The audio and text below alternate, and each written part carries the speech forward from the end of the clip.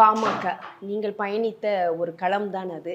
இப்போது ராமதாஸ் ஐயா அவர்கள் பாட்டாளி மக்கள் கட்சியுடைய நிறுவனராக இருந்தவர், நானே தலைவராக இருக்கின்றேன், தலைவராக இருந்த அன்புமணி செயல் தலைவராக இருக்கட்டும் அப்படிங்கிற ஒரு முடிவை எடுத்திருக்கிறார். அது இன்று வரை தொடர்ந்து கொண்டுதான் இருக்கிறது. அப்போ இந்த முடிவை நோக்கி செல்ல வேண்டிய ஒரு கட்டாயத்துக்கு பாமக இருக்கிறதா? நான் சென்ற முறை பேட்டி கொடுத்துருக்கேன் நம்ம சேனலுக்கு. அதில் நான் தெளிவாக குறிப்பிட்டது தான்.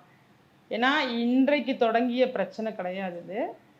கடந்த பல ஆண்டுகளாகவே இந்த பிரச்சனை இருந்துக்கிட்டு இருக்கு அப்படிங்கிறத நான் குறிப்பிட்டிருந்தேன். எனக்கு பொறுப்பு கொடுக்கறதா இருக்கட்டும், எனக்கு ஐயா எனக்கு முன்னிலைப்படுத்தணும்னு நினச்சாங்க. ஆனால் அது செயல்முறைக்கு வரலை. எனக்கு தெரிந்த அளவில், நான் உள்ளுக்குள்ளே இருந்த அளவில் இருக்கும்போது நான் நிறைய உங்ககிட்ட பகிர்ந்திருக்கேன்.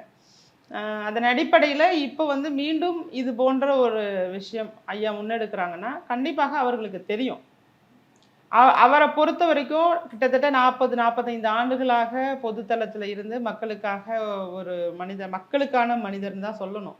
ஏன்னா சட்டமன்ற உறுப்பினராகவும் இல்லை, நாடாளுமன்ற உறுப்பினராகவும் இல்லை, எந்த பொறுப்புக்கும் பதவிக்கும் ஆசைப்படாமல் ஒரு கட்சியுடைய நிறுவன தலைவராக இருந்து மக்களுக்காக ஒரு ஒடுக்கப்பட்ட சமூகம் மேலே வரணுங்கிறதுக்காக அவரோட பயணத்தை தொடங்கி அதன் மூலமாக அப்புறம் எல்லாருக்குமானதாக மாற்றி அவருடைய பங்களிப்புங்கிறது நம்ம அளப்பறியாதது அந்த பாட்டாளி மக்கள் கட்சிக்கு. அதனால் அவர் ஒரு முடிவு எடுத்திருக்காரு அப்படின்னா அது சரியானதாக தானே இருக்கும். அதில் நம்ம விமர்சிக்கிறதுக்கோ எதுவுமே கிடையாது. நான் ஏற்கனவே குறிப்பிட்டிருந்தேன், சில விஷயங்களை சரி செய்து கொண்டு திரு அன்புமணி அவர்கள் நடந்திருந்தாங்கன்னா இந்த நிலை வந்திருக்காது.